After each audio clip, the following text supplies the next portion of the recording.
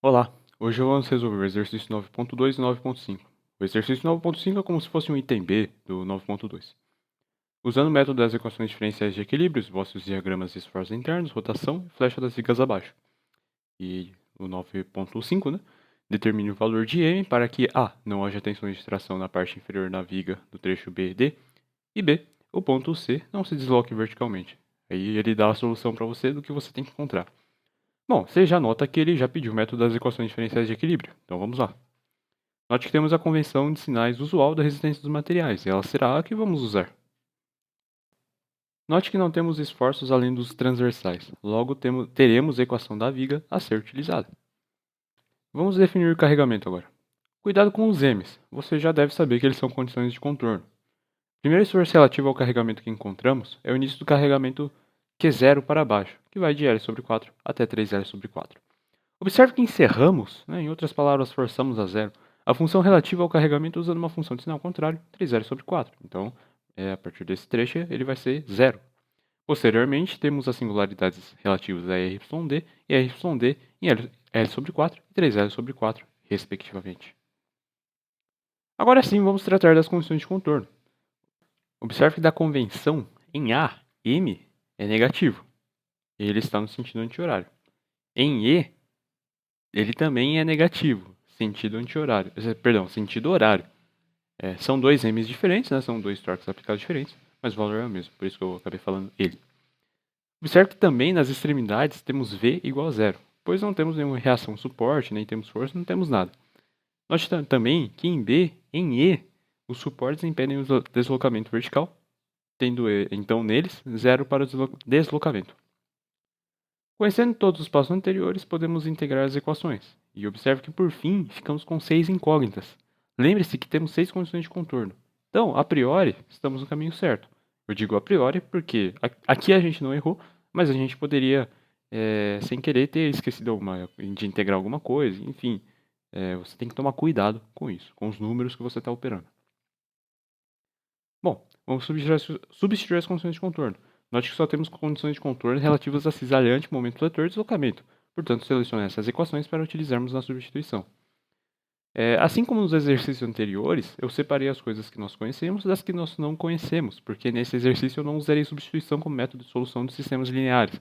Em outras palavras, achar as incógnitas. Bom, então vamos ver.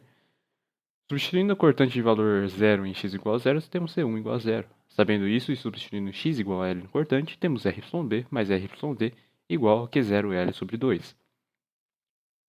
Sabemos que em MZ igual a x igual a 0 é igual a menos M, logo C2 também é igual a menos M. E em MZL temos o valor também igual a menos M.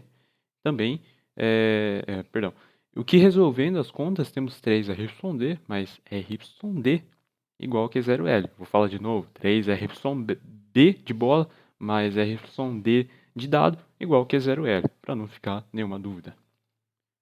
Note que nós temos um sistema linear para ser resolvido. Observe também que da primeira equação, né, nesse sistema linear que eu coloquei, eu passei o 2 multiplicando as incógnitas. Eu organizei também o sistema linear em forma de matriz e vetor para ficar mais fácil.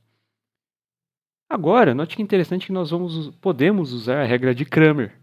Essa técnica é bem antagônica no ensino médio, onde os professores enfatizam o escalonamento ou a substituição, dizendo que ela é muito difícil. Mas olha que interessante que, nesse caso, em questão de tempo, aqui será mais rápido, porque o determinante é bem fácil de fazer, e isso, assim, é específico da nossa resolução. Uma brincadeira que eu gosto de fazer é que regra de Cramer é que nem piada, tem hora para fazer. E resolvendo por Cramer, nós temos as reações YD e RYB. Aqui vamos analisar então, nesse próximo slide aqui, o deslocamento. Substituindo L sobre 4 no deslocamento, temos ele igual a zero. Desta forma, formamos a relação entre C3 e C4. Realizamos a mesma coisa para x igual a 3L sobre 4, de tal forma obter outra relação, e portanto, um sistema linear. Agora, observe que aqui não é conveniente usar Cramer pelo tamanho das incógnitas. Perdão, das incógnitas não, do vetor B, de um sistema A, x mais igual a B.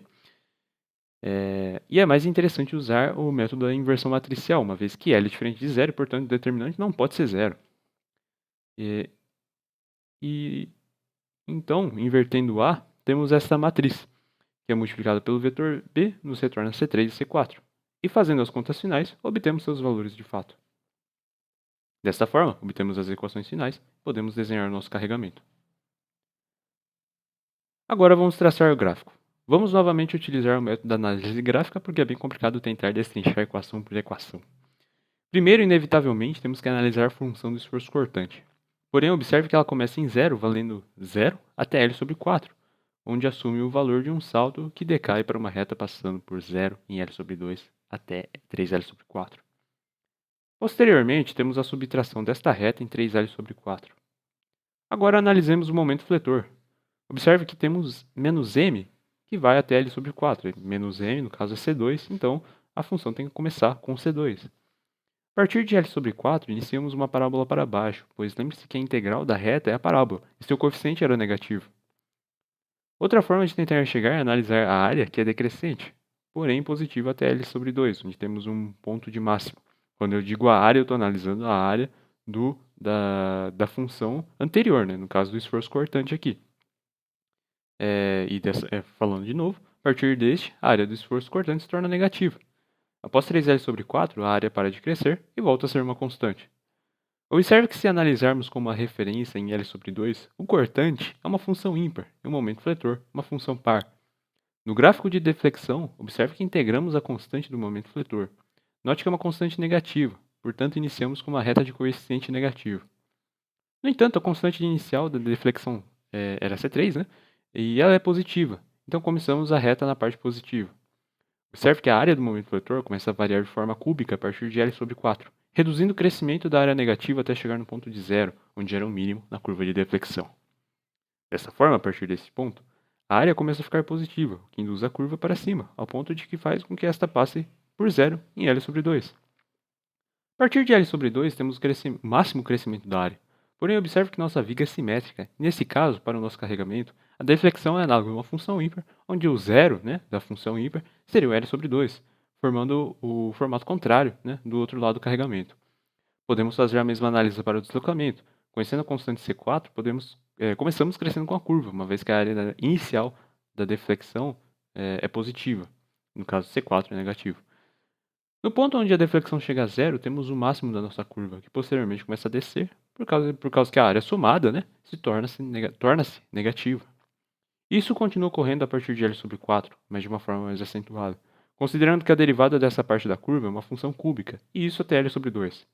No entanto, note que assim, como momento fletor, nossa função é uma função par, tomando a referência por L sobre 2, o que faz com que o gráfico seja simétrico com relação a esse ponto. E aí, dessa forma, nós conseguimos desenhar os gráficos.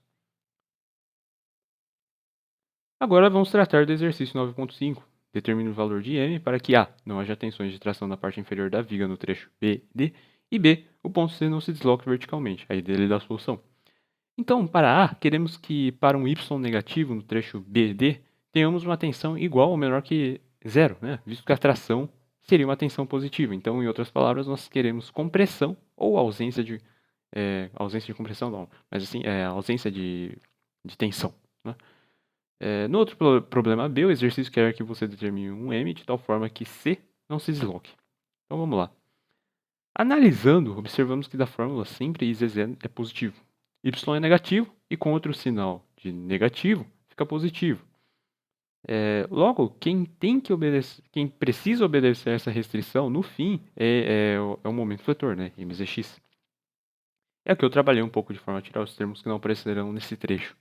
Posteriormente do gráfico, analisamos o máximo e que ele vem, né, em L sobre 2. E desta forma podemos observar que se o máximo atende essas condições, a viga inteira acaba atendendo, pelo formato lá que você lembra. Então, dessa forma, assumindo o ponto de máximo no mínimo sendo igual a zero, né, porque se o máximo no mínimo ele é zero, os outros vão ter que ser menores do que zero, né? Podemos substituir em MZX e realizar as contas, encontrando a resposta proposta na solução. Agora vamos para o próximo. Aqui basta substituir no deslocamento em x igual a L sobre 2 o valor de c. Dessa forma, realizando o algebrismo, podemos encontrar um m que atende a essa solução. No caso, como o valor é zero, você substitui em zero e resolve. É meio complicado, né? Mas você consegue resolver. Bom, e realmente resolvendo, você encontra o M proposto como solução. Eu espero que você tenha entendido e que tenha apreciado a utilização da regra de Cramer. Qualquer dúvida, mande um e-mail e até mais.